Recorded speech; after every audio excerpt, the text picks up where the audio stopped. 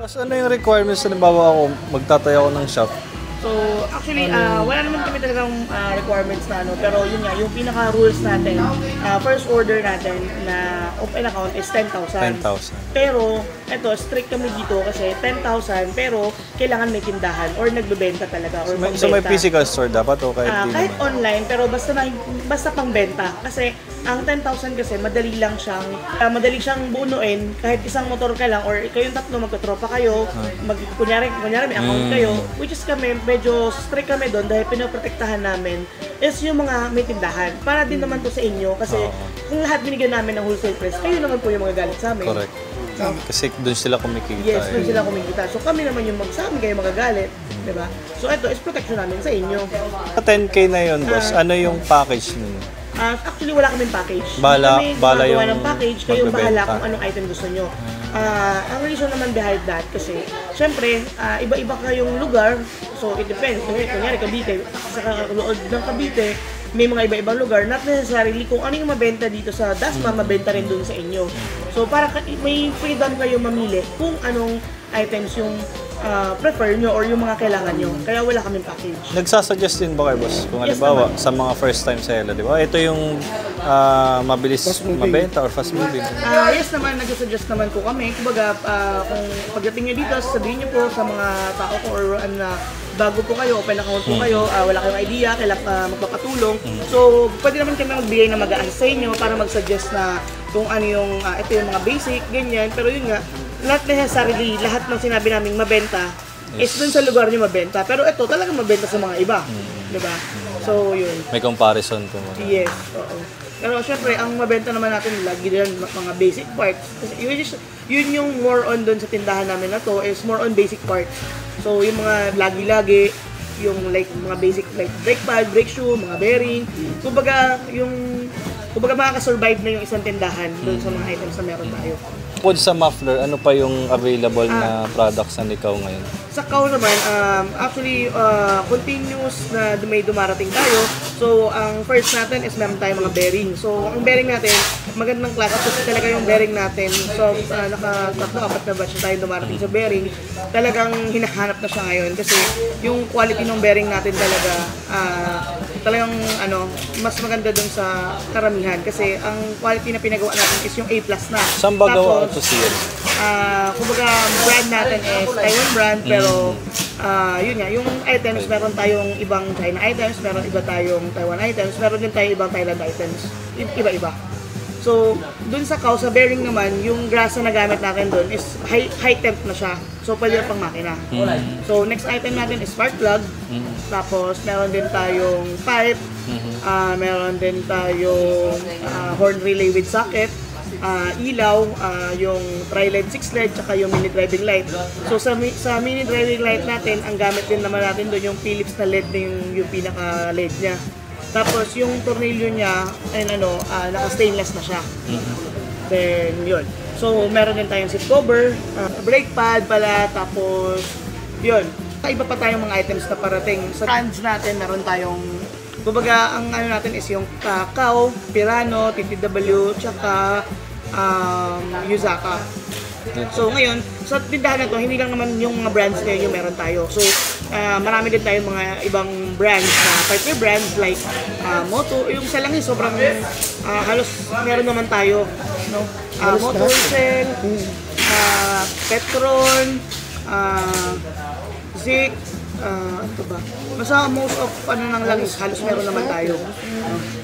RC919, ganyan. So yun. Then sa mga pyesa naman, marami rin tayong ibang partners like Balls, Smoke, Santal, Yaguso, tapos sobrang dami natin kaya hindi ko rin So yun. So pag iniikot nyo kasi to, sobrang daming malulula rin kayo sa dami ng ng accessories at parts ng motor.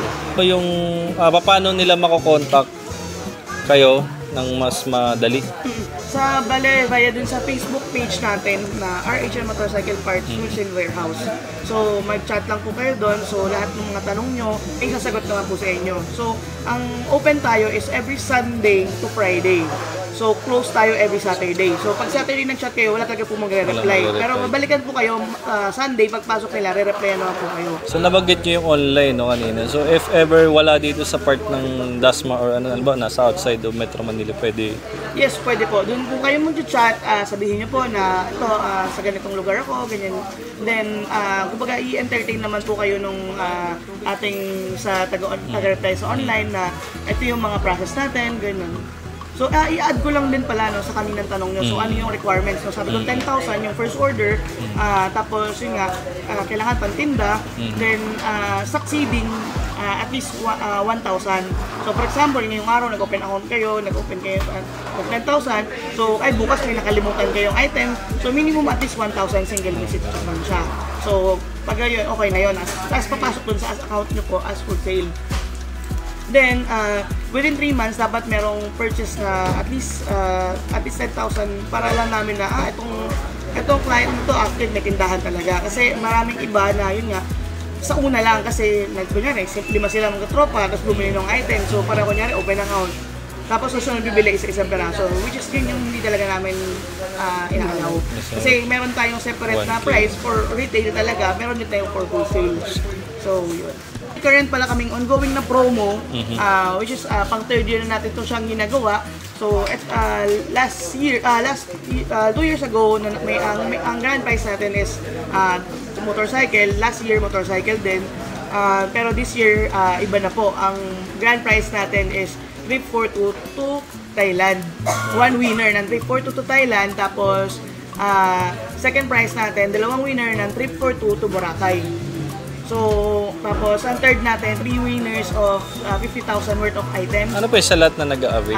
So, ang mechanics naman nito, so nag-start sa June, I think 2. Sa June to hanggang December 15,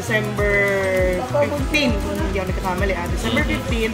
So, ang mechanics natin is every 30,000 worth of items na purchase nyo dito, so single day, may 1 raffle entry kayo. Okay. So, for example, ngayong araw, kaninang umaga, kumuha ka ng 15,000, tapos umuwi ka na. Pag babalik mo mamayang hapon or bago magsarado, kumuha ka ulit ng mga 15, gano'n. So, magto-total siya ng 30, pasok siya sa isang entry. Pero for example, today kumuha 15, bukas kumuha 15, hindi siya mag-account.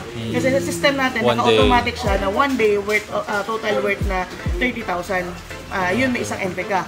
Ipunin yan, so pagdating ng December, I think 16 na tayo mag-draw. So, via Facebook Live naman po siya. So, yun nga. Bukod dun sa binanggit kong major prizes, marami din tayong minor prizes like mga TV, cellphone, electric fan, which is mga medyo mga minor walang talo prizes. yan. Yes, wala. Kumbaga, hindi naman sa walang talo kasi wala talagang talo pala kasi kaya kayo pumunta dito para bumili ng pantinda nyo. Which is, pag binili nyo sa amin, pag natin nyo sa tindahan nyo, binenta nyo siya, may kita na kayo. So ngayon, may chance pa manalo. Yung may chance pa manalo. So pag yung entry mo, plus points na yan. So pag nanalo kayo, sobrang thank you, swerte na talaga. So yun. Location nito, sir?